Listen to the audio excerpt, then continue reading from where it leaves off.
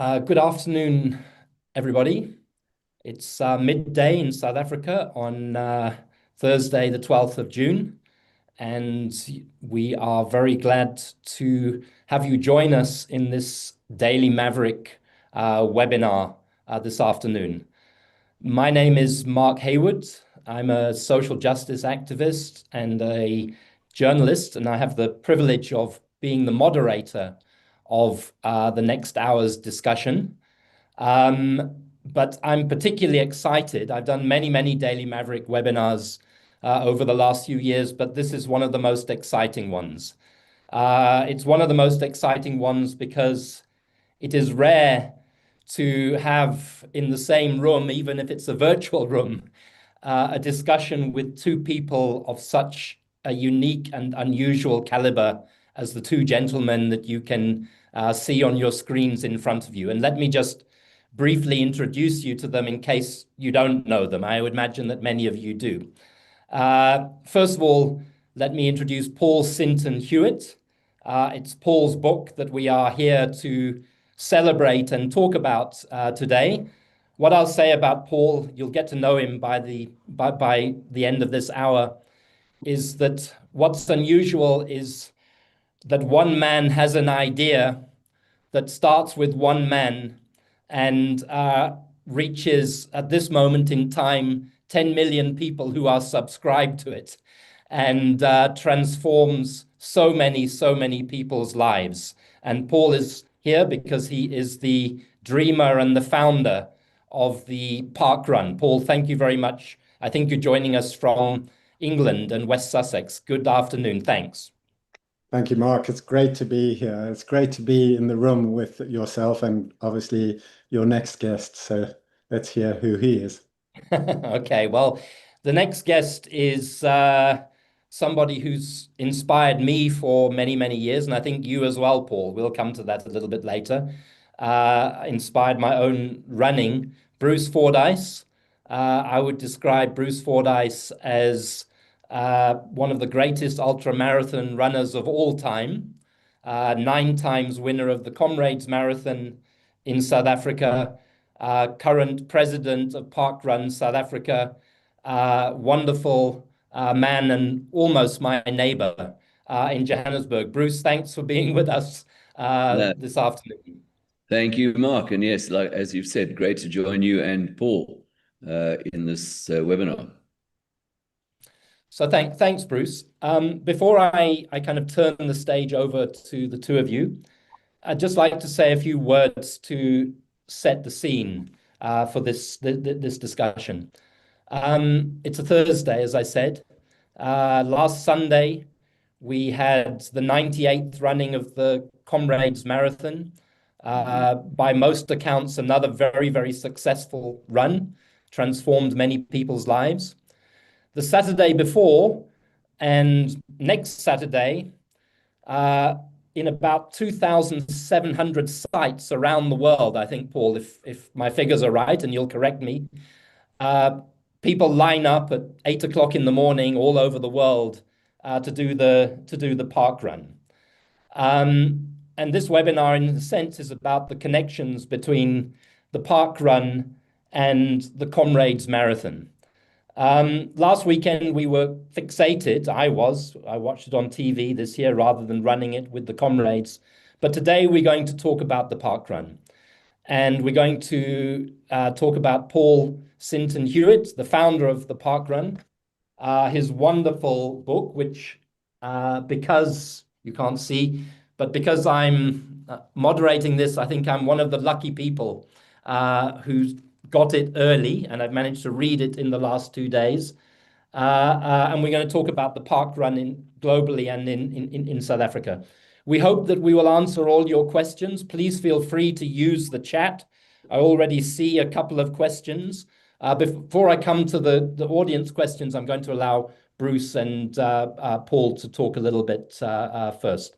And what I would say right at this early stage is do buy this book. I have completed all 275 pages of it, and I found it gripping, fascinating. It's about hope and endurance and community And the park run, it's about how tech can combine with imagination and with physical exercise to create a very unusual global social movement. So, and I say that without any reservation, a really excellent book. Congratulations, Paul. It will inspire many, many people, I believe. But so that's the scene for this afternoon. So let me start just by going straight to Paul, and then I'll come to Bruce. Paul, I think just give us an overview for 5 minutes or so of the book, why you wrote it, your connections with South Africa, which are probably important for today, and something of the personal trials that led to your journey into the parkrun. Over to you, Paul. Thanks, Mark. Well, I think it starts with me saying that I didn't think I had a book in me. Um, I wasn't expecting to write a book. I started parkrun 21 years ago. It's very low key. It was all about making sure that anybody could participate and everybody. It didn't matter how fast or how slow you were. We welcomed everybody. And I set about creating these events from a purpose of making the family bigger and bigger. 21 years later, I decided I could write a book. And I think the reason was that we've seen how successful parkrun is. It crosses the globe. And as you say, 500,000 people participating every single week. That's quite extraordinary. But what is it that makes parkrun special? And why is it that it wasn't created by an events company or a company whose purpose it was to make athletics available to the world? And I think then we started to realize that actually there are some principles and there are some founding ethos that comes from my nature.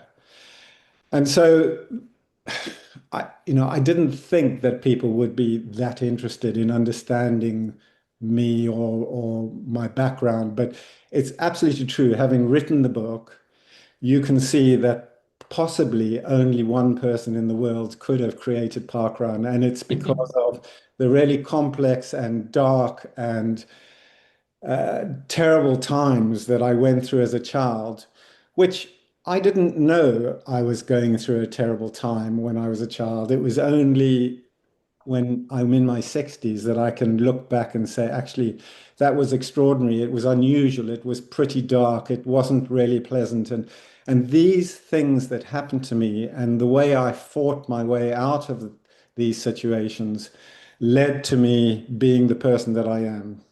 So the fact that parkrun is free, it's always free and it will always be free to the participant. The fact that it's free comes from how I grew up. We didn't have any money.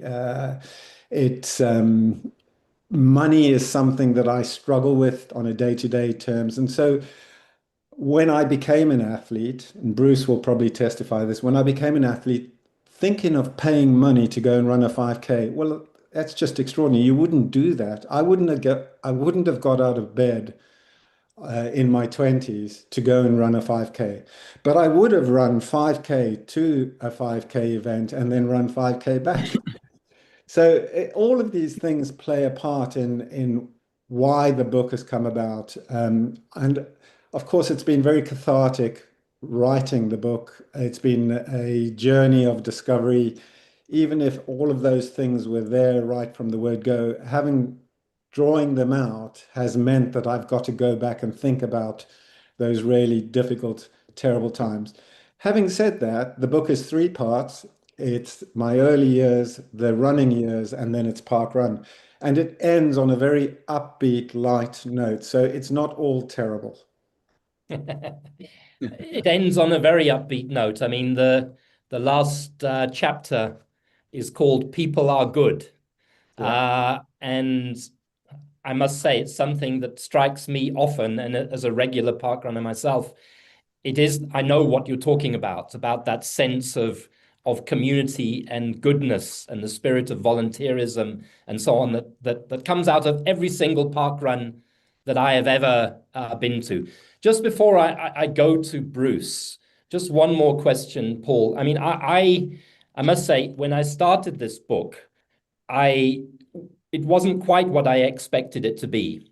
I expected to go straight into a book about the park run, and then it would be a book that's just about the park run journey and how you started it and why you started it. So to have had 100 or so more pages about your life wasn't what I was expecting.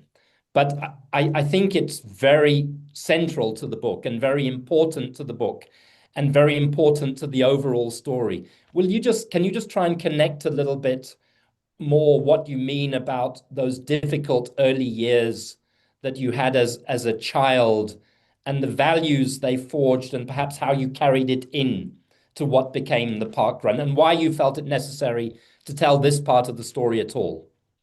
So I was institutionalized at the age of four going five, and I never left institutions until I'd finished my national service in the Air Force.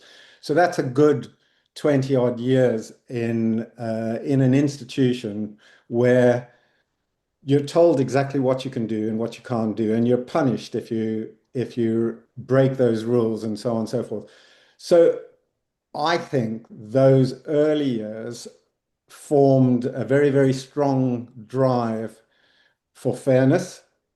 I was punished many, many times when I didn't deserve to be punished.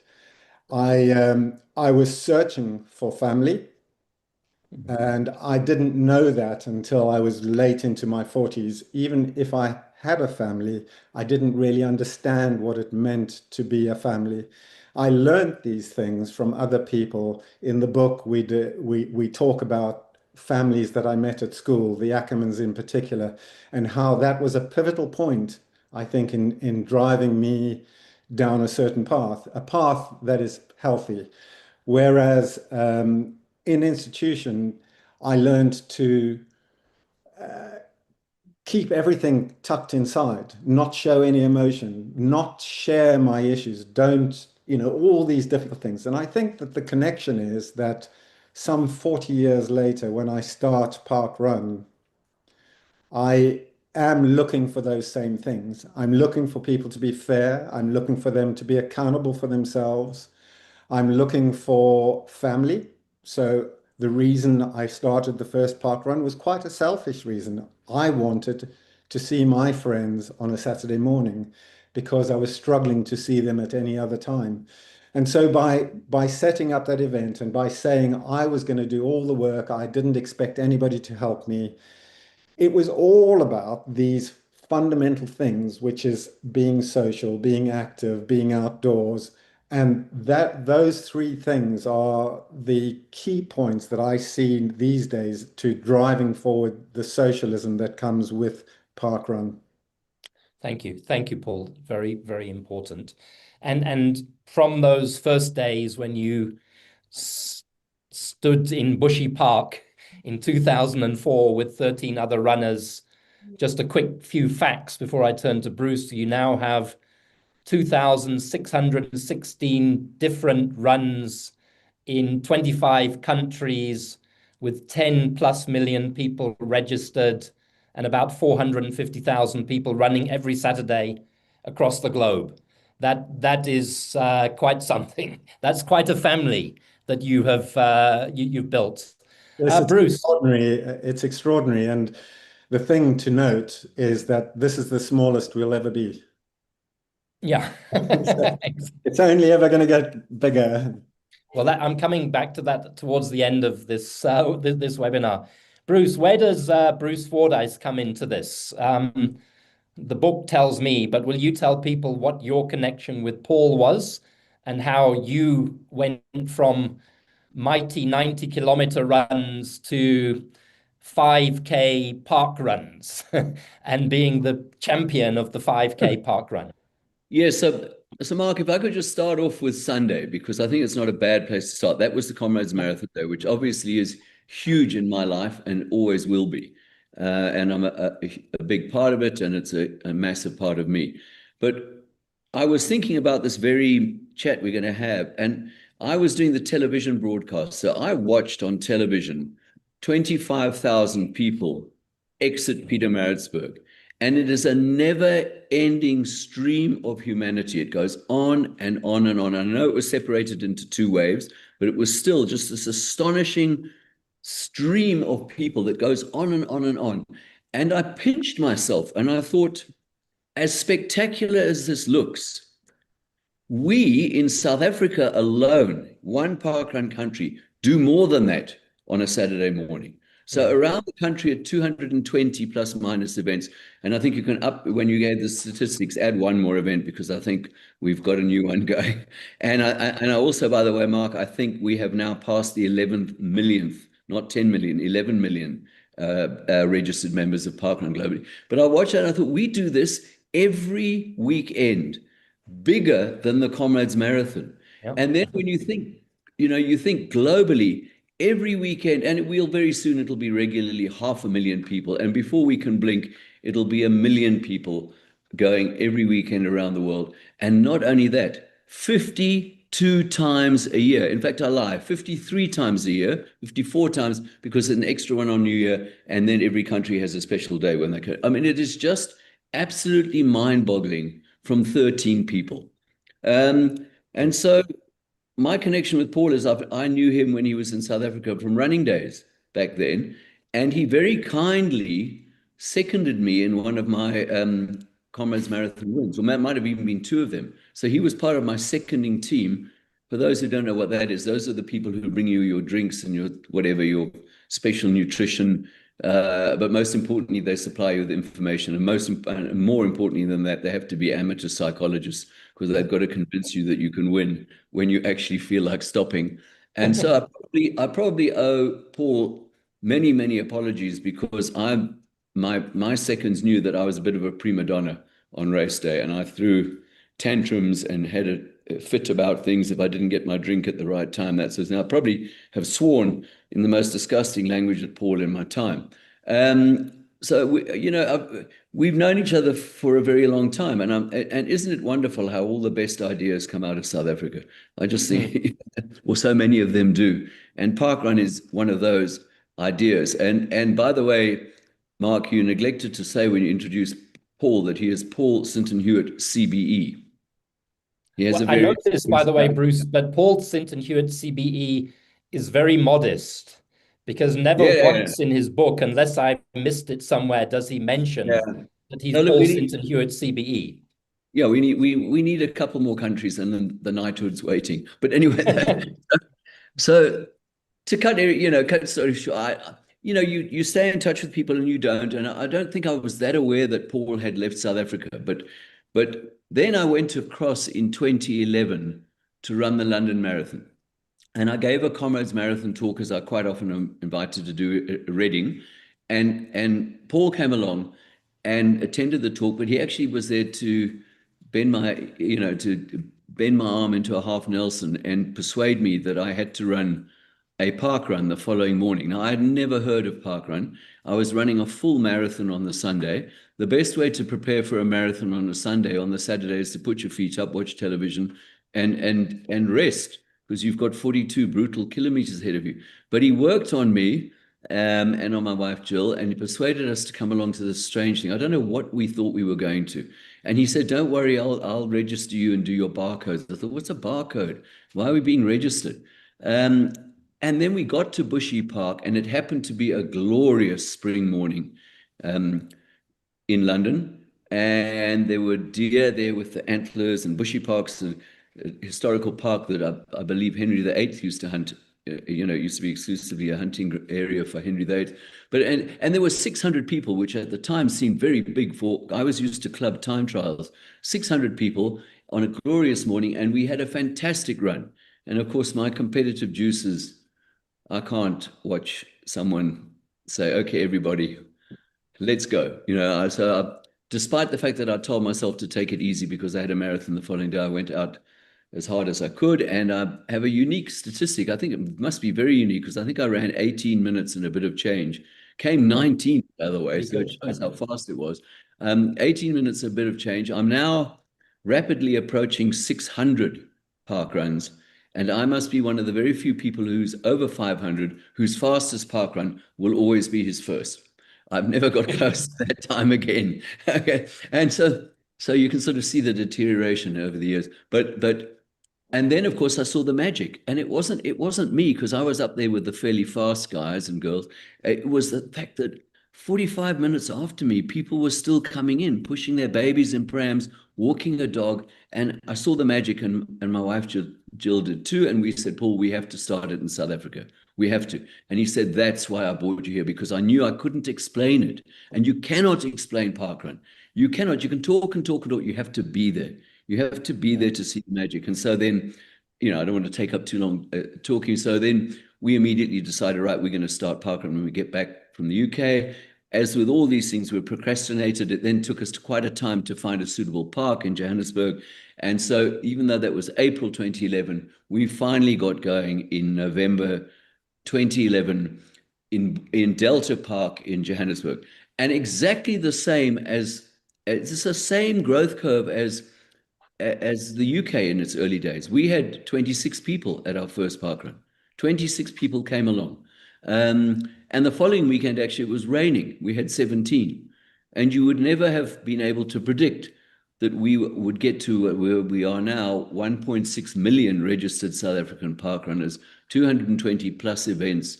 It's winter now, so our numbers are a bit down, but we can be anything from 30,000 to 60,000 participants every single Saturday. Brilliant. Bigger than the Comrades Marathon, which is supposed to be our biggest event. So that is the magic. And I like what Paul said, because it is true. We will never be this small in South Africa again, because every week we grow. Every week another 3,000 people registered. So we're at our smallest right now for the next decade. It's quite a thought. It is quite a thought. So it's interesting what you've just said. I've fortunate to have also run Bushy Park last year. I was bowled over by the numbers of people. I think there were about 3,000 people when I went. I did a 28-minute park run, which, as Bruce knows, is reasonably okay in South Africa, gets you in the top 20%. At Bushy Park, I came 1,700th. But it's funny, Bruce and Paul, and maybe Paul can say something about this quickly, and Bruce, you can comment as well. Paul says somewhere in the book that he was very happy one day when he discovered that the average time of park runners in the English parkrun, UK parkrun, was getting slower, whereas you would think that you wanted it to get faster. Paul, why does that matter? Paul, first of all, and Bruce, you've said the same thing to me. You might want to add it. And I'll link it to a question that you can build into your answer, Paul. Nana says, I'm interested in how this model can inspire other movements of people who aren't able to run but walk and hike, and how to inspire people to be part of it. Can you answer, Nana, that in fact park run is for her and all those people as well? Paul first. Well, it's very interesting, but it was South Africa, and it was the work that Bruce and Jill did in South Africa that informed what we should be doing here in the rest of the world by including park walk as a part of park run.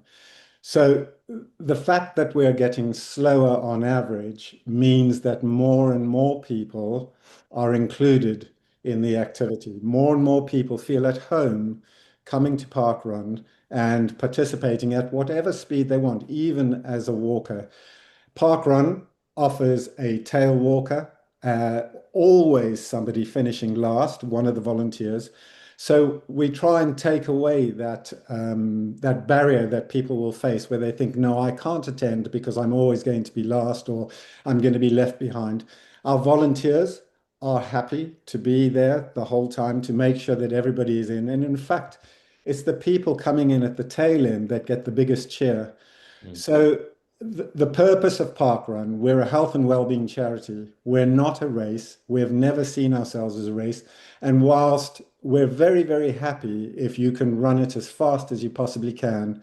We're just as happy to have you there on a Saturday morning to be social with your friends, to walk and to enjoy it. And I think in South Africa, the whole premise of walking was set, and you have rediscovered your parks because of it. Perhaps Bruce can talk a little bit more about that. Thanks. Yeah, Bruce. Yeah. So look, I stand open to correction, but I know at one stage the UK average time was 29 minutes, and that is 6 minute kilometers, and that is still, you can't stop and walk if you're running a 6 minute K. So that was quite quick. And very early on, we said we're going to welcome walkers, and it seemed to work. And now, of course, we are slowly getting that model's working around the world. We're proud of the fact that our average time is 43 minutes. So it's 43 minutes. We are proud of the fact, and we have invented this character, that Tani Labaskachni can come along and she can walk with her dog, and she can take over an hour, and she will be welcome. No one will laugh at her. No one will humiliate her, and she will get her time. And as Paul pointed out, there is a tail walker, so no one can be lost. But I'll give you a good example to explain it. The other day, it's quite a while ago now, I ran Mashashing Parkrun. That is in the old Leidenburg. And I had finished many minutes earlier, and an unathletic woman crossed the line, and she punched the air as she crossed the line. And I said, "Why are you so happy?" She said, "Because I've broken an hour for the first time in my life." And I had tears in my eyes. For her, breaking an hour for 5Ks is not going to give anyone in Nairobi a sleepless night, I can promise you. They do it in 12 and a half minutes. But for her, it was so meaningful. And then, because she was so fired up, she came up to me about half an hour later. We were having coffee at the finish, and she said to me, "And I'm giving myself 3 months to break 45." Wow. So it's her own personal, that is and in my own case, I've been injured. I had quite a serious knee operation a year ago. The only place that I could rehab at, the only place that I could do rehabilitation at and feel welcome and still start doing some exercise, because my surgeon said, I want you to work that joint. I need you to work it, because that's the fastest way to heal it. The only place I felt really welcome and no one laughed is parkrun. I walked with a tail walker. And by the way, it has come to the UK as well, because actually my second park walk with an operated knee was Dulwich in London. And the tail walker walked with me, and the volunteers waited for me. I'm proud of the fact that day, except for the tail walker, I was stone last. And nobody laughed at me. And so that is the environment we've got now, where it's all inclusive. So Anna or Nana, who asked you the question, where can I go as a trail walker or a walker or a hiker? Park run, and you can hike through some beautiful countryside or some beautiful town park run, some urban, some rural, some beautiful. I mean, park run is, sorry, I've talked too long, but they're all the same in that they're 5Ks.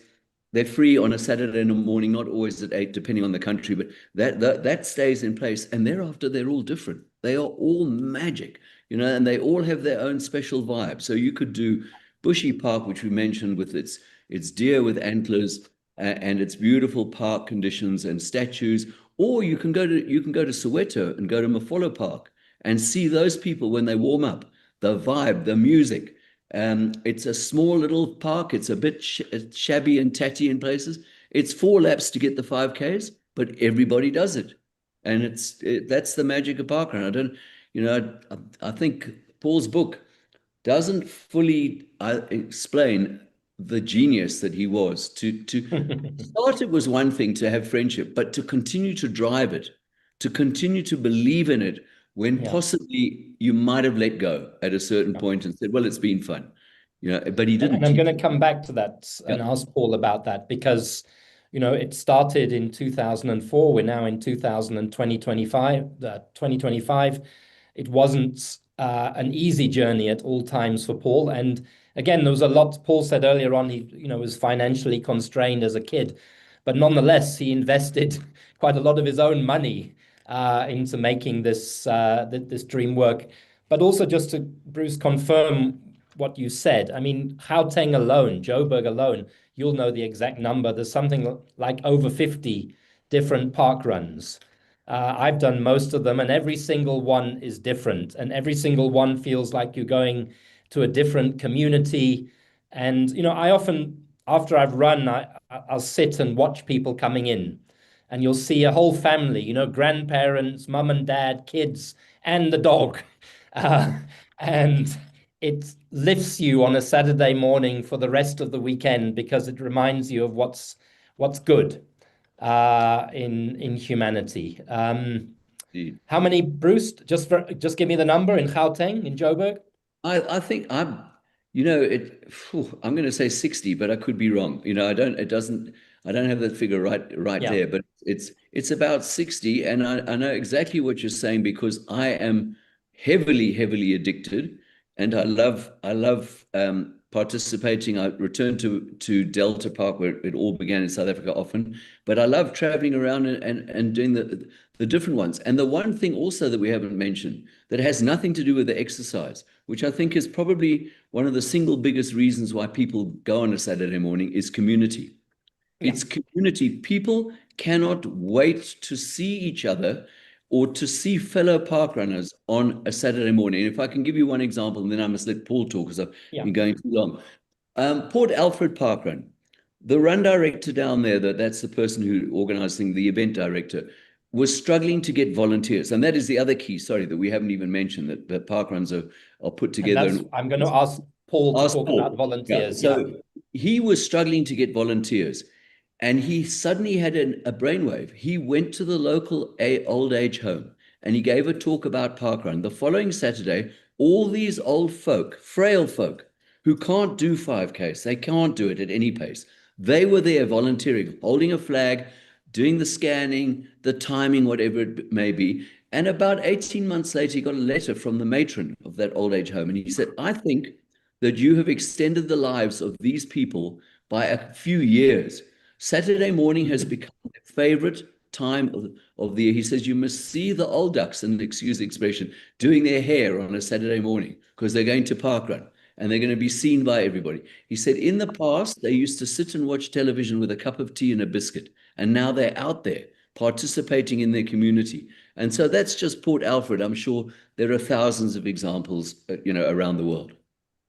Great. Thanks, Bruce. So what we've established so far, I just want to make it absolutely clear, because this question was asked right at the very beginning by Karen.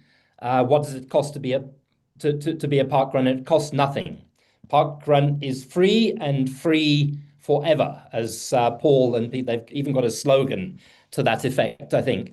But Paul, and it's 5 kilometers and it's open to everybody, and you register and you get a barcode, and each week you get your exact time, your exact place in terms of all the other people who ran. I mean, it's fabulous.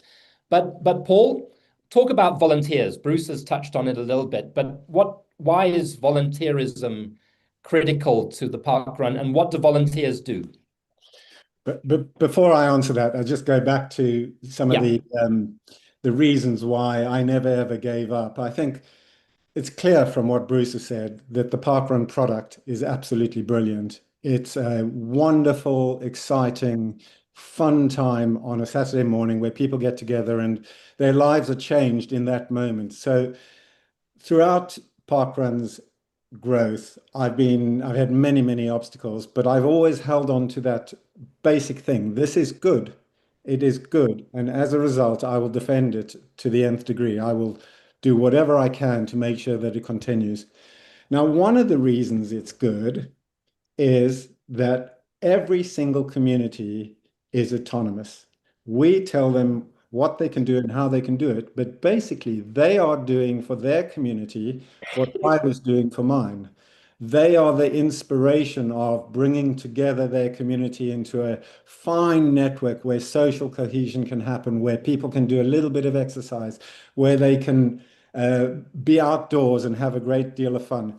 Every single run is put on by a group of volunteers, and those are people who are regular volunteers or what we would call the core team.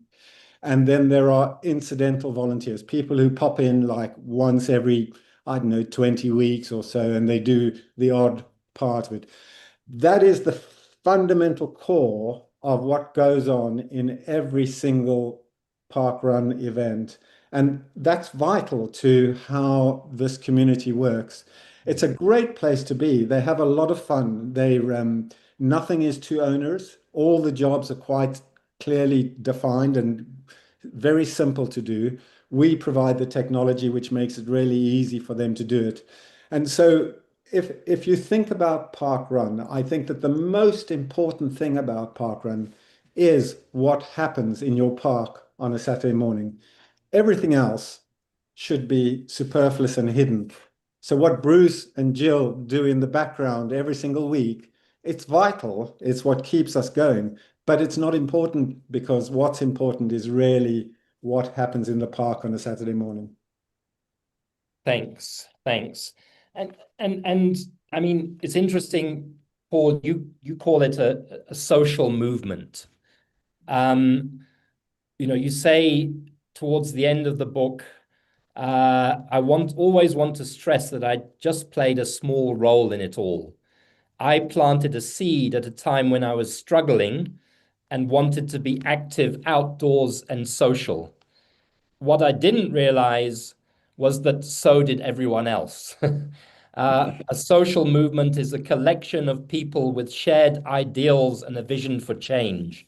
It doesn't have to be an uprising or revolution. Sometimes we can all be on the same side. We just have to make it happen. And on you go. I mean, I'm an activist, and I find uh, park run as a social movement fascinating and something that other forms of activism need to learn from if we're to rebuild community and care and compassion in our world. Just say a little bit about the values, because the book covers your journey and you talk at times about how there were pressures to commercialize parkrun, how at one point a competitor parkrun was set up that charged people a fee. Will you say just a little bit about what you think are the core values and whether you think you can protect those on the day when parkrun exists in every country in the world? Well, I definitely do think we can protect them. I mean, it's one of the reasons I'm here, I think, is to make sure that we are continuing with those values. So the fact that it's always free, the fact that it's run by volunteers, the fact that we don't try to over commercialize it. Clearly, we do need income in order to make this happen. And the more income we have, the faster our growth can be.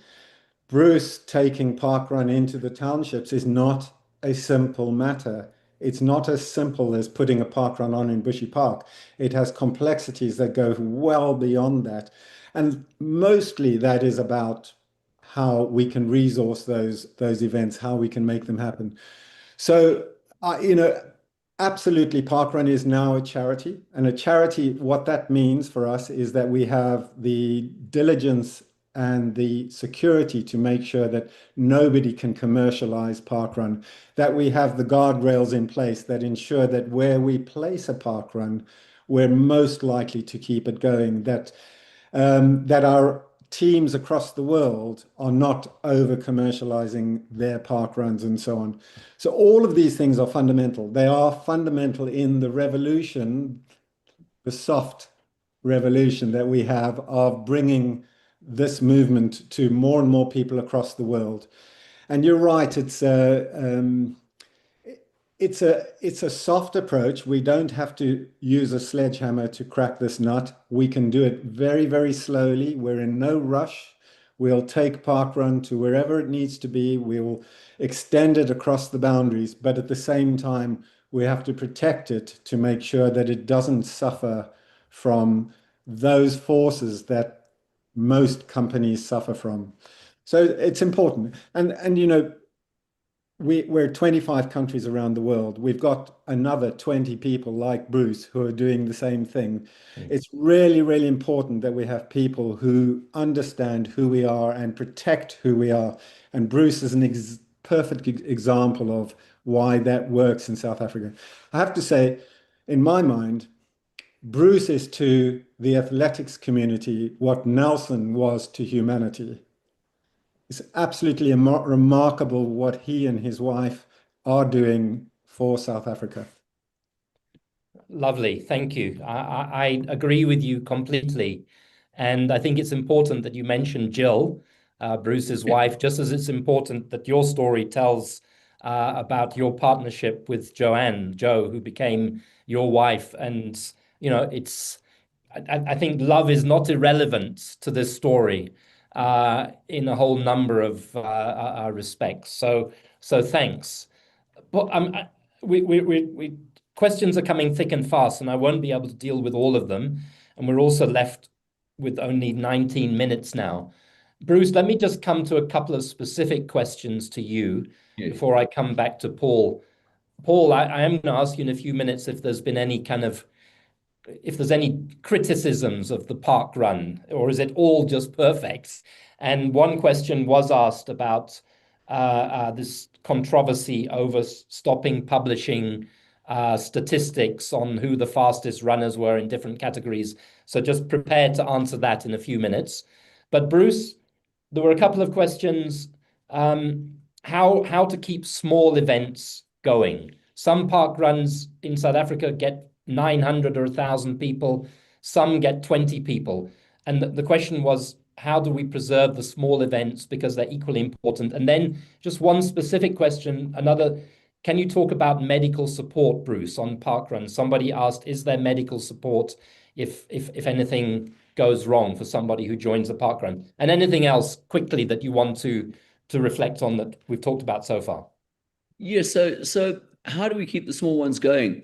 And by the way, Mark, not everything has been a success. We have had some parkruns that have become defunct. During lockdown, which was catastrophic for us, nearly, we lost a few. There are some that simply haven't worked, and it's a learning curve to work out where it will work and where it won't work and what makes a parkrun successful. But one thing is for sure, it's not about the numbers.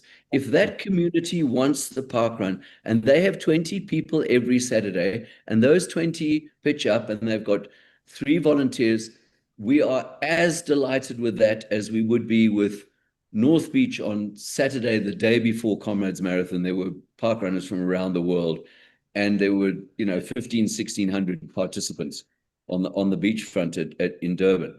It's not about the numbers, it's about the impact it's making on the community and about whether that is working. We to answer your question, we do have medical support in that state. Probably the most important medical support we have is that we have defibrillators at every parkrun, AEDs.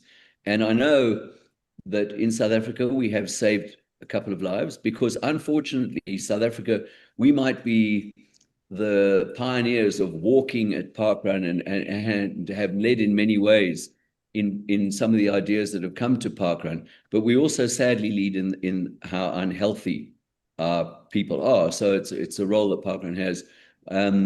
So we do have, every one of our volunteers got access to phone numbers and all sorts of things like that. But when we have, if you have a parkrun there are 400 people participating, there are going to be at least 50 medically trained people in that field.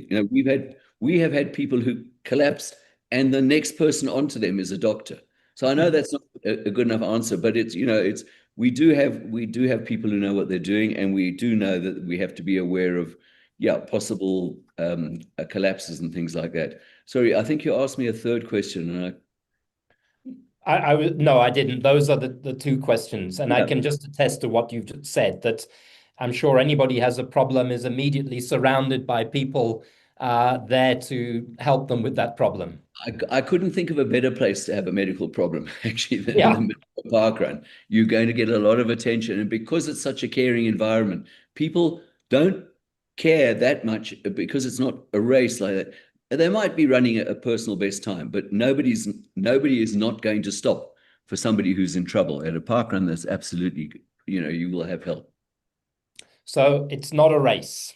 it's a race, but it's not a race, which leads to my going back to Paul on this issue of the controversy, because it was asked, and one of the questions was, well, I can't find it, somewhere here, that, why did you stop publishing results? Paul, will you talk about that and talk about this race, not race? It's a race against yourself. It's all sorts of races, but it's not a competition. Paul, or am I wrong? No, I think you're right. In October 2004, that very, very first event was called the time trial. And if you look at the photo that we produced for that first event, there were 13 people in white clothing with white shoes, running shoes, and they were all holding their watch. Clearly, for them on that day, it was a race, even though I didn't call it a race. And even though I had said, this is just about you against yourself, against the clock.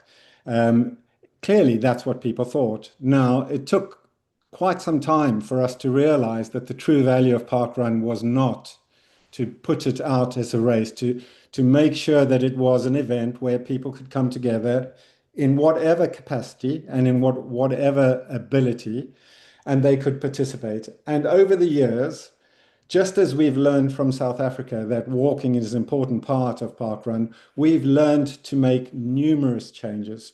And parkrun, I think, one consistent thing about parkrun is that we're constantly changing. We're moving towards what it is we want to be. Now, we are a charity, and our mission is to make the world healthier and happier. And so it's a health and well-being mission. Never once in any of our documentation do we call it a race. Do we offer guidance and advice on how to make it officially 5K long? And we don't stop people from cutting corners. We don't disqualify people for doing something wrong on the day. We don't do any of that. We are about getting people outdoors and active on a Saturday morning in a social context. So if you follow that logic, we are a charity, and our public face of our charity previously showed more of the details around competition than we do today. That's what we did. We removed the reports that put the public-facing image of parkrun in the competition light rather than in the health and well-being light. Now, that's not to say that we don't store the same data. We still have all the data that we did before, and we do offer it up. We offer it up on a personal basis. So when you participate, we will tell you what your age grade percentage are. We'll tell you how where you are in the field, all that sort of stuff. So you still can get that same level of data. We are just not celebrating in a public way who was the fastest and that sort of thing. It is controversial, and of course, with any change, there are always people on the outskirts who will find that change unpalatable. But for the greatest majority, the 90% in the middle, these changes have been seen as welcome. So it is something that we constantly have to think about. We consult on a regular basis with people in the field. It's as we become better and better in how we manage these events, we are taking more and more steps to ensure that we do the right thing. But it won't always be right for everybody. Thanks, Paul. That's a great answer. Thank you. Just quickly back to the volunteer issue, because Feroza asked a question. What does it take to be a volunteer, Bruce? Just very quickly on that. It just takes volunteering, putting your hand up and saying, how can I help? And very quickly as well, my one reservation when Paul asked Jill and me to start parkrun in South Africa is I said we won't get volunteers. South Africa doesn't have a volunteer spirit in the same way that the English or the British do. And I based my thinking on the 2010 Football World Cup, which I was quite a part of that, talking about the Football World Cup and traveling around and going to some of the games, because my experience of volunteers at the Football World Cup was that they volunteer, but they get a free burger, a free soft drink, a tracksuit, a peak cap. And guess what? If you're an usher, you can be an usher at a game, Spain versus Brazil. That doesn't sound like volunteering to me. But I'm happy to report that I was completely wrong, and that South Africans do have the volunteer spirit. And all you have to do is put your hand up, and it's a joy to you. It's not you are not actually giving in many ways. You are receiving by being a volunteer. I've now seen when I stand as a volunteer, sometimes a marshal on a corner, and 500 people go past you and say, "Thank you, Bruce. Thank you. Thank you. Thank you, Marshal. Thank you." It's an unbelievable experience to give back to your community, as valuable as participating as a runner or walker. So for Rosa, if your question's been answered, but Parkrun has a website. In South Africa, it's www.parkrunsa, am I right, Bruce, .org, Parkrun.co.za.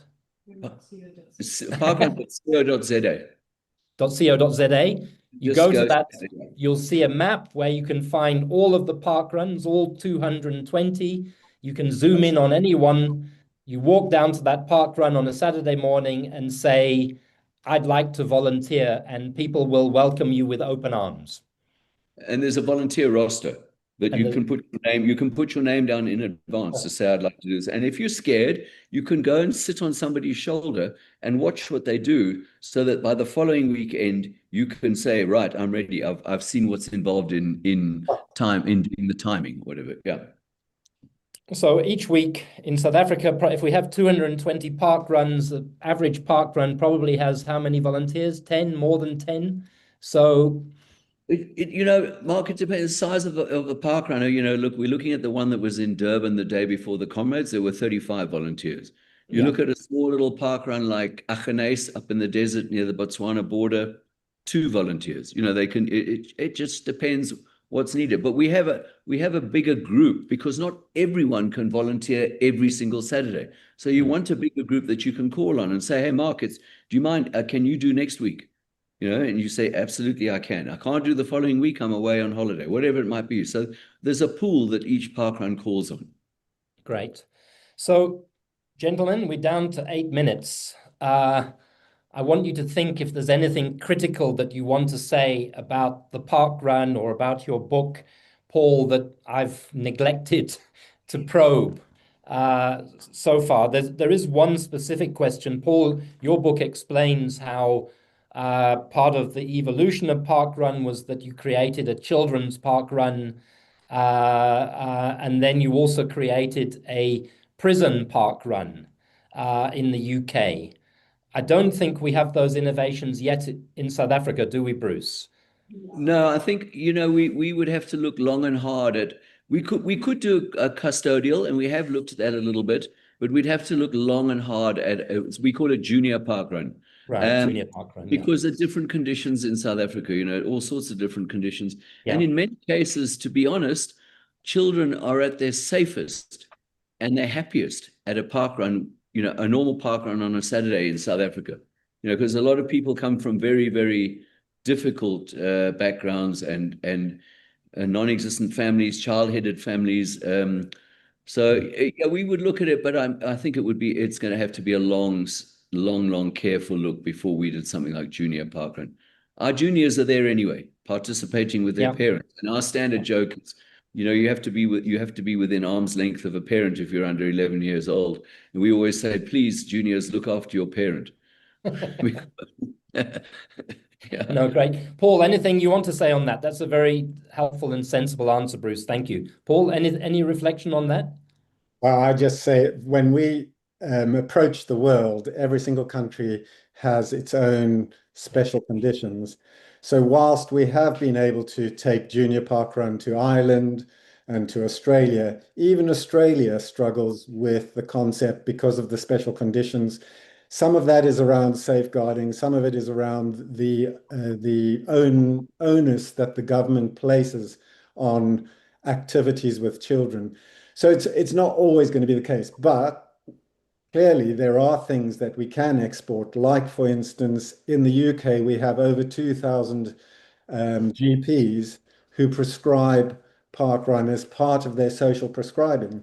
Now, Wow. that's not saying to a patient, you must go and run parkrun, but it's a soft introduction. Go down, go and see what it's like. Be outdoors, have a little bit of those endorphins, then volunteer, possibly walk, maybe walk one lap, and eventually.